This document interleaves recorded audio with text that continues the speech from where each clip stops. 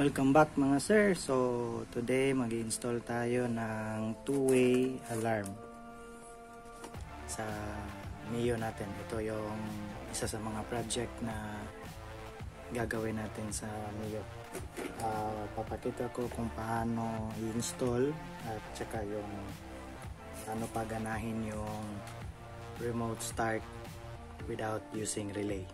So mayroong counting conversion lang sa switch at doon sa starter relay na section sa motor. So ang kailangan para nating tools ay sa pag-install is una is wire stripper,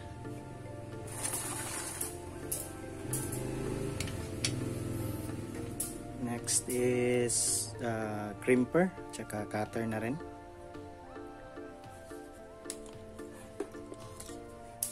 maliit na plies,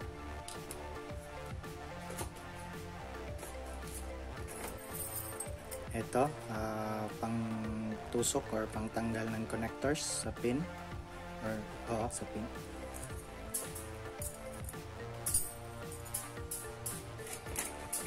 and then ito tinatawag nila itong T-tap splice connector para malinis yung wirings.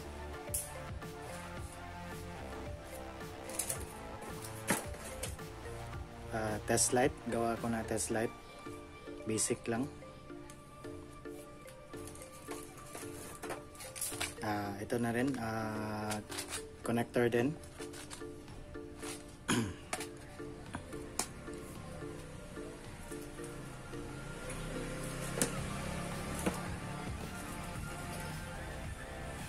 Cutter,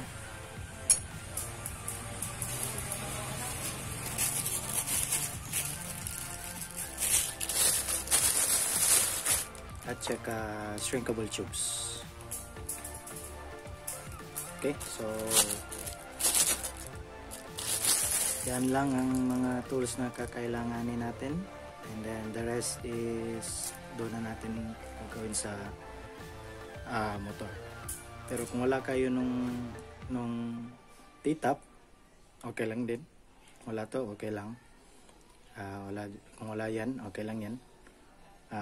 Mas pinili kong gumamit ng T-tap at saka ng mga connector para pangatlong alarm ko na kasi ito.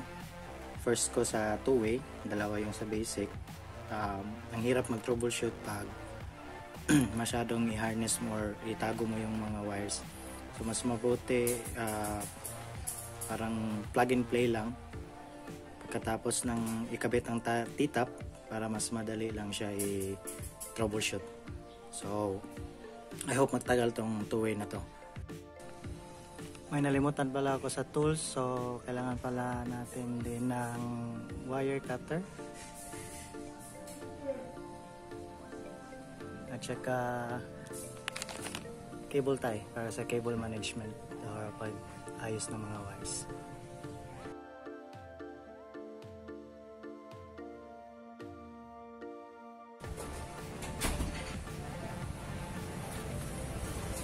Alright, so dito na tayo sa wiring. Nilagay ko na yung module ng alarm. Ito yung speaker niya. Ginamit ko na lang yung sa dati. Okay pa naman, gumagana pa naman. So tanggalin muna natin to para mapakita ko sa inyo yung kung saan yung mga wires dapat. So sa main harness or sa socket na ito, yung galing sa module, may katapat itong isang socket kung saan papunta sa ang mga connection sa bike. So teka, baba ko lang konti yung cam. Alright, dito tayo sa ignition switch. May dalawang wire dyan, brown tsaka red. Red is galing directly sa battery, continuous yung current nito, in short live. Etong brown is yung accessory wire or yung ACC. Mag-on or may kuryente lang ito pag on mo ng switch.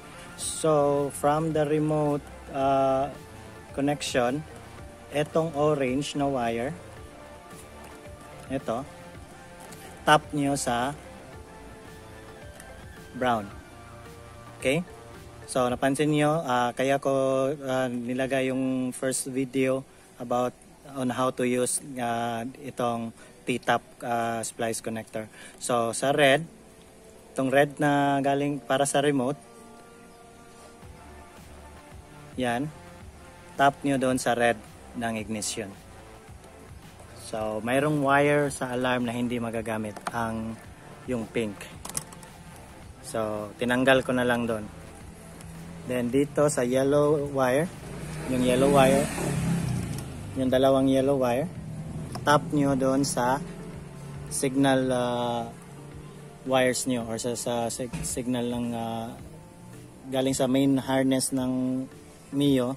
Tap nyo yung signal, hindi magmatter if magkabaliktad sila, okay lang yan. And then black na wire is negative. Dito na lang ako nagtap. Mahina yung ground connection ko sa motor. So next is yung gray wire. Gray wire ng alarm. So ito yan siya. Gray wire. So ang ginawa ko, main concept ng gray wire is yung pag-disable ng bike. So ang ginawa ko sa gray wire, ito, makikita nyo, yan. Dito ko siya tinap, yung may yellow. Yan. Galing yan sa pulser. Doon sa may engine. So, dyan yung ikabit yung gray wire sa pulser. Kung doon ka naman magkabit sa likuran, ang kulay ng wire is blue-white. Yung blue na may guhit na white. Yun ang kulay ng pulser. So, yun ang sa gray wire. So, punta tayo doon sa gilid ng bike para pakita ko sa inyo yung conversion para gumana yung start. Kasi yung Mio, need mong mag-brake either left or right, then push button sa start. Unlike sa ibang bike na hindi na yan like mga underbones. At press ka lang ng start, under na yung. Sa Mio, hindi. Brake and then start. So, para gumana yung conversion na yan, yung function na yan, punta muna tayo dito sa gilid.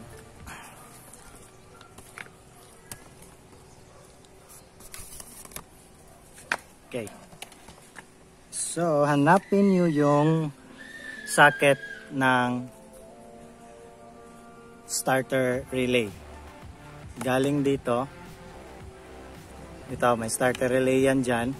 Tapos, hanapin nyo yung socket niyan. So, which is yan. Ito. So, mapansin nyo, may dalawang wire yan. Ang isa is kulay gray. Yan. Lapit natin ng konti. Focus. Yan, gray. Tanggalin nyo yung gray sa socket. Tapos, dagdag ka ng wire sa gray. Dagdag ka ng wire sa gray. Then, itap mo sa negative or ground. Kung maganda yung flow ng ground nyo, i-ground nyo. Okay? Pag hindi, malapit lang ito sa negative ng battery, tap nyo na lang doon. Yun ang ginawa ko. Nag-tap na lang ako na kinonect ko na lang ito sa negative. Okay, so okay na tayo dyan. Okay, next is yung sa blue wire sa remote. Yung ito, yung blue wire. Yan. So, from the socket, kabit nyo yung blue wire dito.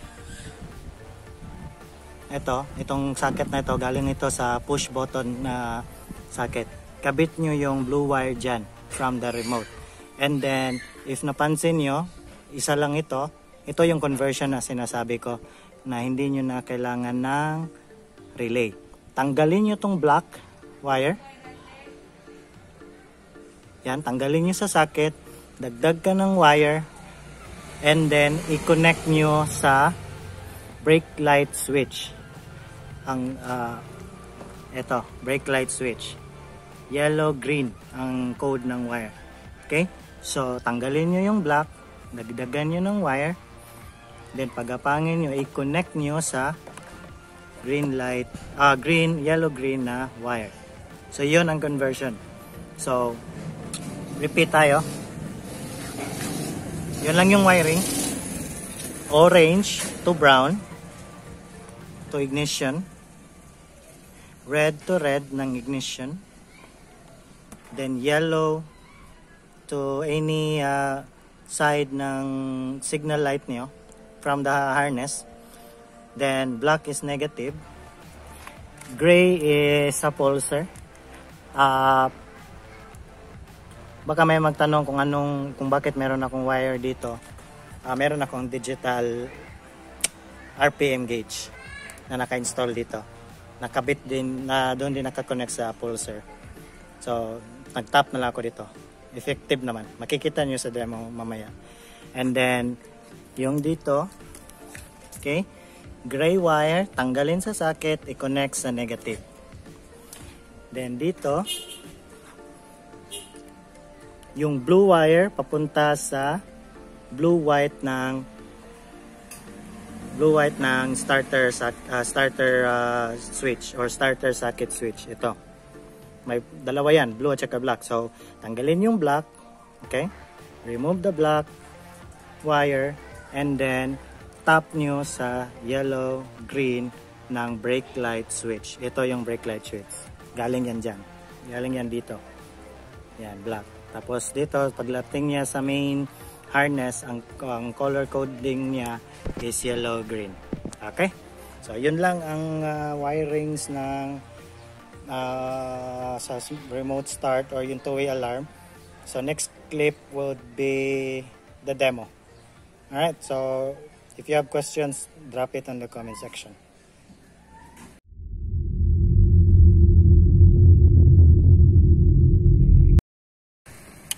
Alright, so test na natin yung na-install natin remote. By the way, may dalawa siya kasamang remote, yung main at saka yung backup. So sa main, merong nagba-vibrate at saka may speaker to, tumutunog to pag nag-alarm at the same time. Ito, basic lang ng mga functions: automatic start, unlock at saka lock. Ito, may vehicle locator, lock, unlock at saka start. So test natin yung dalawa para siguradong gumagana. Alright, test natin yung isang remote nya, yung backup na remote. Yan. Okay, so turn on natin. Yun, nag-beep. Test natin kung gumagana. Yan, warning. Then,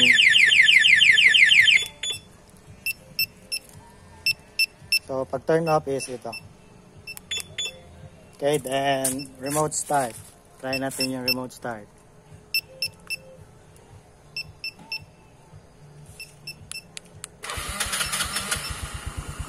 Okay, remote start. Then turn off. Pindot lang yung unlock para mag-off yung engine.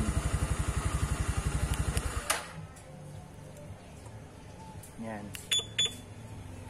So, yun, basic functions ng backup na remote. So, next is ito naman yung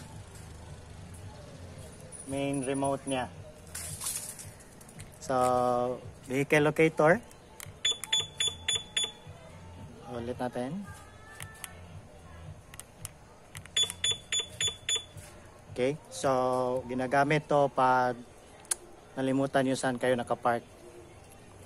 And then test natin yung pag turn on ng alarm or pag engage ng alarm. Yun, test natin.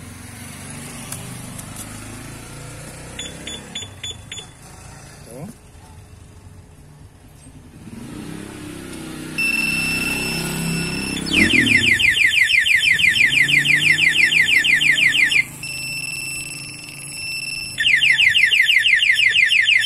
turn off.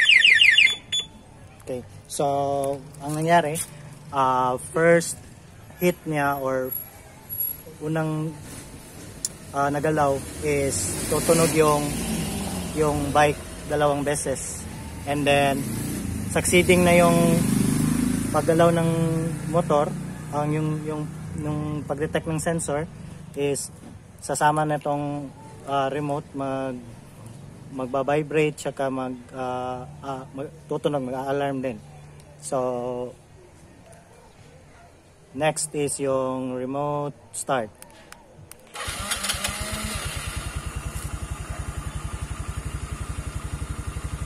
Ayan, umandar. Turn off natin.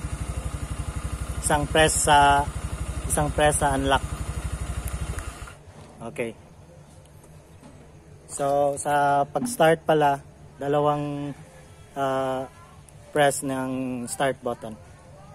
And then next is yung silent mode. So turn on yung alarm. Then press nyo tong on button 5 times. 1, 2, 3, 4, 5. Okay, so ang mangyayari niyan is pag may gumalaw sa bike or sa motor, pag detect ng sensor, hindi tutunog yung speaker alarm ng bike. So naka-mute siya. Ang tutunog is yung or sabihin natin ang mag-a-alarm is ang remote, yung main remote. Ito. So test natin. Yan.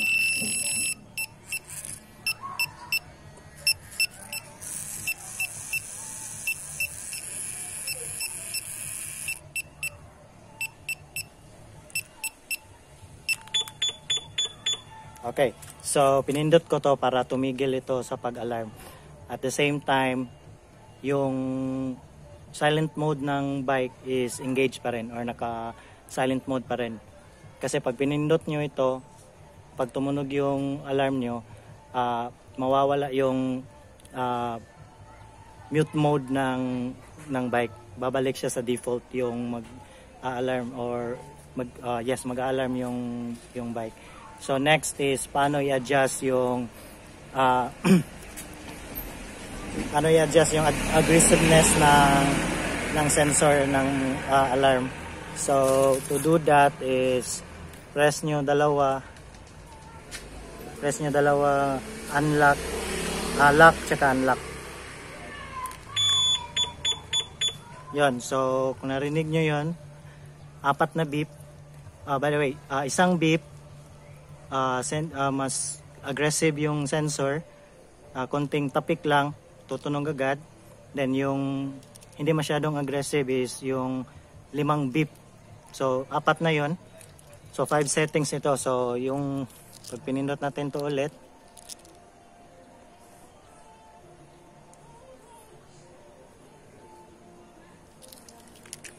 okay, sorry, nahirapan siya mag-focus. Yan. So, pindot natin ulit. Ayan, 5. So, hindi siya masyadong aggressive. So, okay to sa iba. Pag gusto nila yung hindi masyadong aggressive yung sensor or sensitive yung sensor. So, loop lang yung setting. So, pag pindot nyo ulit ito, yun, 1. And then, 2. 3. So nilagay ko sa 3 yung sa akin para hindi masyadong aggressive, at the same time hindi rin masyadong yung sensor, yung sensitive yung sensor. So yun, yung mga functions niya. Alright, may nakalimutan tayo isingit yung anti-theft na sinasabi nila or immobilizer. So, demo lang natin ng mabilis. So, lipat lang natin yung angle ng camera natin. Okay, so, lagay ko dito para mas makita. So, yung anti-theft or immobilizer na function niya is if gamit yung if naka-engage or if gamit lang nyo yung susi ng motor nyo, pwede nyo i-disable ang bike at hindi na siya mag-on kahit anong gawin nila doon sa susian. So demo natin yan, pakita ko sa inyo kung gaano siya or paano siya gumagana. So tanda rin natin using the key or yung susi. Yan, umaandar po. Yung pansinin nyo yung voltmeter. Yun na lang ang tingnan natin na umaandar siya. I'm not sure if makita sa video, but it's reading 14 volts kasi nag-charge. So let's say maggawa tayo ng scenario. So the scenario is gamit mo yung bike, tapos mayroong gustong kumuha ng bike mo, then bigay mo na lang, then pag nasa safe distance ka na, pindutin mo lang yung alarm or yung pag turn on ng alarm or i-lock, turn on nyo, ito lock, yung lock. So pag pinindot nyo yung lock, yun, mag-off yung engine.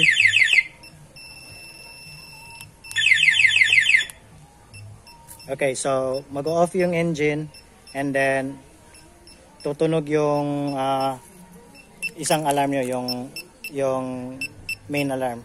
Magbabibrate saka magtutunog. So ang mangyari dyan is hindi na to aandar, and then patuloy siyang mag-alarm yung ano ba tawag doon, parang yung ingay niya. So tinurn off ko lang kasi may mga natutulog, so iwasan natin makadisturbo. So yun yung functions ng immobilizer niya. And then pag disable nun is ganun pa rin, press mo lang yung unlock, then mag-off na yung engine. Tapos pwede na ulit gamitin gamit ang susi. So summarize natin. So habang nakasusi, naka-on yung key, and then on din yung alarm, is hindi titigil sa pag tutunog ang speaker or mag-a-alarm yung motor hanggat hindi nyo i-off. So yun ang function or feature na anti-thief or yung sinasabi lang immobilizer. Yung mga functions niya. Then yung sa battery, sa main remote is AA. Yan. AAA pala, sorry. And then sa backup is button cell. Pang relo. Madali ran ito buksan. So ito lang. I-demo ko na rin. Yan. So yan yung battery niya. So deceiving yung sa manual kasi sabi rechargeable to. Hindi, battery ng relo. Madali lang naman ito palitan. Ang code nito is para sa mga mayroon ng ganito tapos hindi alam anong battery nito. Ito yung ginagamit sa mga relo. Yan, 22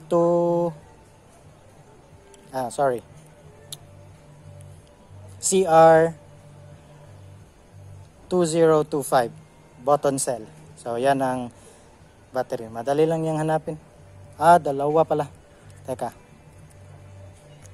Dalawang CR 2025 na button cell. May jacket siya. Pasok nyo lang dyan. Okay. I-align lang natin. Yun. Okay, then diin nyo lang to. Wala naman tong screw. At saka waterproof naman yun. May rubber sealant, seal naman siya. So yan ang sa base, backup na remote. Tapos yung sa main remote, iwasan lang tumabasa, hindi to waterproof, may mga butas yan. Tapos yan lang yung battery, AAA. So mas maganda if alkaline or rechargeable na battery yung ilagay. Okay, so ito nang end ng project na to. So successful yung installation natin sa two-way alarm. And then sana lang talaga matagal to sa akin ng alarm na ito. And then next project natin, abang-abang na lang. Marami pa tayong gagawin na iba. So don't forget to subscribe and click that bell para ma-update naman kayo agad pag mag-upload ako ng bagong bits. Salamat sa panonood at stay safe po palagi. God bless. Goodbye.